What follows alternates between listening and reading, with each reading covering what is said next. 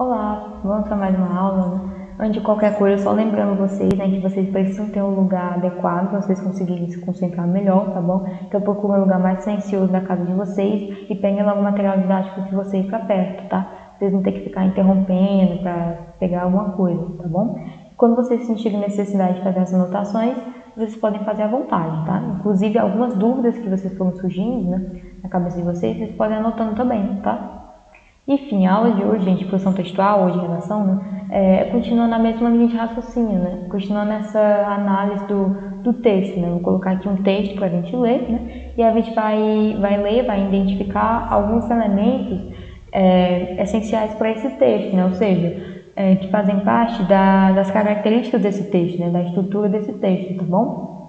Enfim, na floresta de Valley, o sol se punha. As vastas sombras desciam rapidamente sobre a floresta. Antes de qualquer coisa, já queria dizer uma coisa.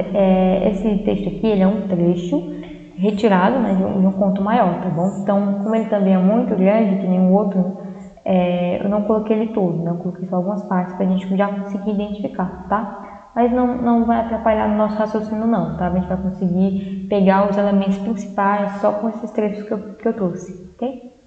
O sol se punha, as vastas sombras desciam rapidamente sobre a floresta. No estranho crepúsculo daquele dia de final de verão, vi diante de mim o caminho que serpenteava e desaparecia entre as enormes árvores. E tremi, e olhei por sobre o ombro, assustado. A aldeia mais próxima ficava quilômetros para trás, e a próxima, quilômetros adiante. Segui o caminho, e logo parei um pouco, empunhando meu florete, ao ouvir algo se quebrando e denunciando a presença de algum animalzinho. Seria mesmo animal? Mas a trilha continuava e eu a seguia, pois na verdade era só o que podia fazer. Enquanto avançava, refletia. Meus pensamentos vão me desorientar se eu não ficar atento. O que pode haver nessa floresta, além, talvez, das criaturas que vagam por aqui, servos e outros do gênero? Ora, essas lendas tolas dos aldeões. Então, segui em frente, enquanto o crepúsculo se transformava em trevas.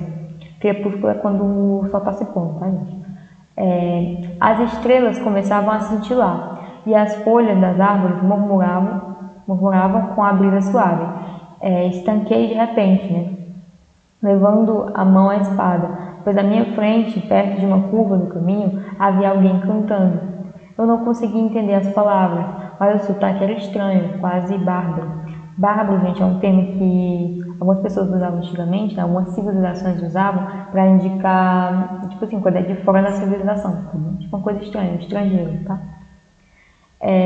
Escondi-me atrás de uma grande árvore e um suor frio desceu pela minha testa. Então consegui avistar o cantor, um homem alto e magro, um tanto oculto pelo crepúsculo. Encolhi os ombros. De um homem eu não tinha medo, né? Saltei para frente, espada erguida. Alto lá, ele não demonstrou surpresa. Por favor, meu amigo, cuidado com essa espada, disse. Abaixei a arma, um pouco envergonhado. É a primeira vez que entro nessa floresta, disse para me desculpar.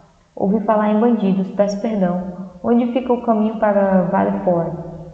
Corveu, você tomou um rumo errado, respondeu o homem. Deveria ter seguido para a direita, lá atrás. Estou indo para lá. Se suportar minha companhia, eu o guiarei. Eu hesitei. Mas por que não aceitar? Mas é claro, meu nome é Montor, sou da Normandia. E eu sou Carlos Leloup. Não, deu passo para trás. Ele olhou para mim, abismado. Perdão, disse eu. Esse nome é estranho. Lup não significa lobo?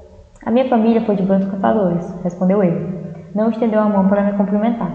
Perdoe meu assombro, disse eu, enquanto descíamos pela trilha, né? Mas mal consigo ver seu rosto na penumbra. Senti que ele estava rindo, embora não emitisse nenhum som. Há pouco o que ser visto, respondeu ele. Eu me aproximei dele e dei um pulo para trás, arrepiado. Uma máscara? Exclamei.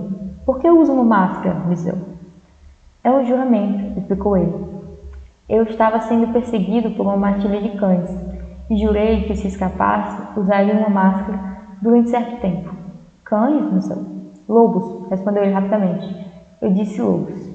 Caminhamos em silêncio por algum tempo, até que meu companheiro disse: surpreende-me que o senhor ande nessa floresta de noite. Poucas pessoas se aventuram por esses caminhos, mesmo de dia. Tenho pressa em chegar à fronteira, respondi. Foi assinado um tratado com os ingleses e o duque de Bongazzi precisa saber disso. As pessoas da aldeia tentaram me dissuadir. Falaram sobre um lobo que supostamente habita esta floresta. Este é o caminho que leva a para fora, disse ele. Vi uma trilha estreita e sinuosa, que não havia percebido quando passaram por ali antes.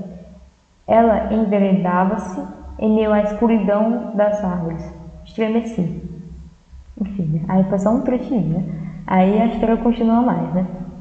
Mas esse trechinho já dá pra gente sentir alguns elementos, né? Aqui interessantes. Primeiro, toda essa narrativa até agora, ela tá construindo aqui tá ajudando, né? Toda essa narrativa tá ajudando a construir um clima de suspense, não?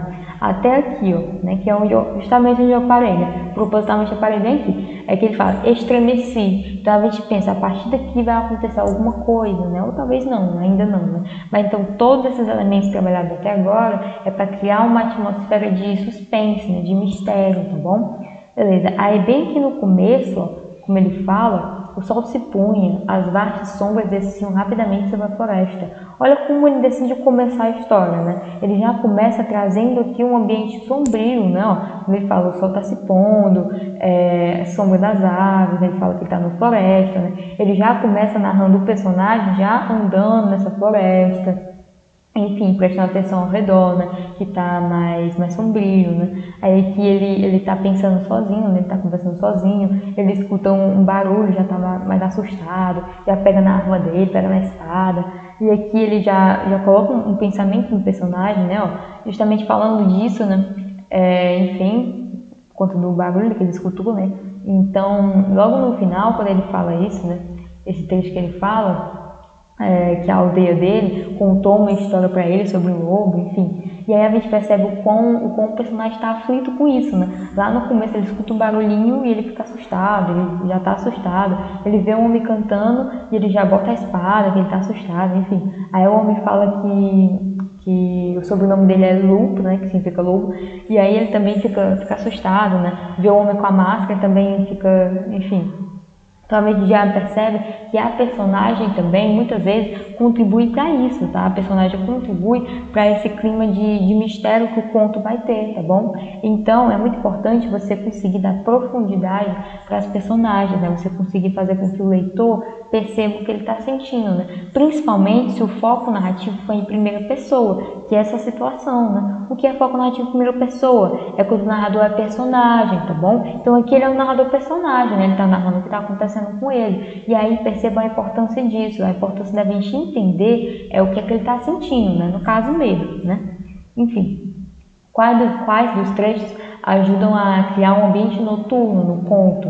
Que seria um ambiente mais sombrio. Então a gente poderia colocar vários trechos aqui, né? A gente poderia colocar o sol se punha, as vastas sombras, não?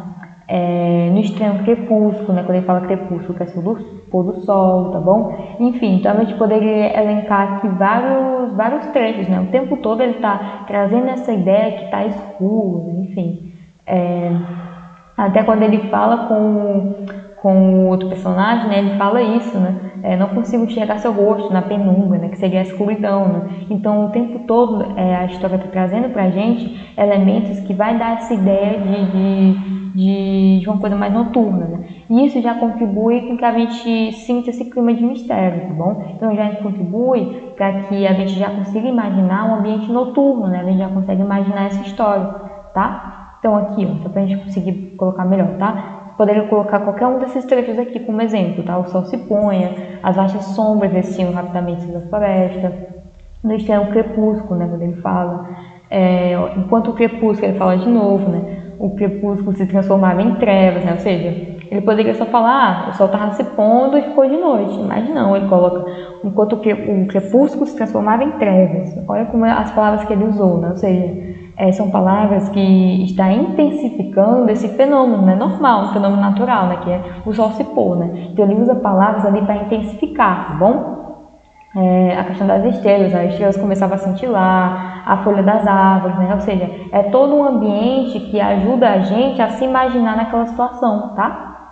Segunda questão, de acordo com todas as palavras utilizadas para construir o conto, que efeito foi mais produzido, né? Justamente o que a gente está falando, né? Foi produzindo um efeito de mistério, né? Justamente esse é o objetivo, né? Deixar toda uma aura ali misteriosa, tá? Então, para isso, a gente vai usar vários elementos, a gente vai usar os personagens, né? A gente vai usar o espaço e o tempo, né? Enfim, inserir o cenário, tá bom? E até a narração, né? A própria narração, a gente vai observar que as palavras que ele utilizou serviu para intensificar isso, né? Muitas vezes a gente percebe que ele está assustado só pelas palavras que ele usa, tá bom?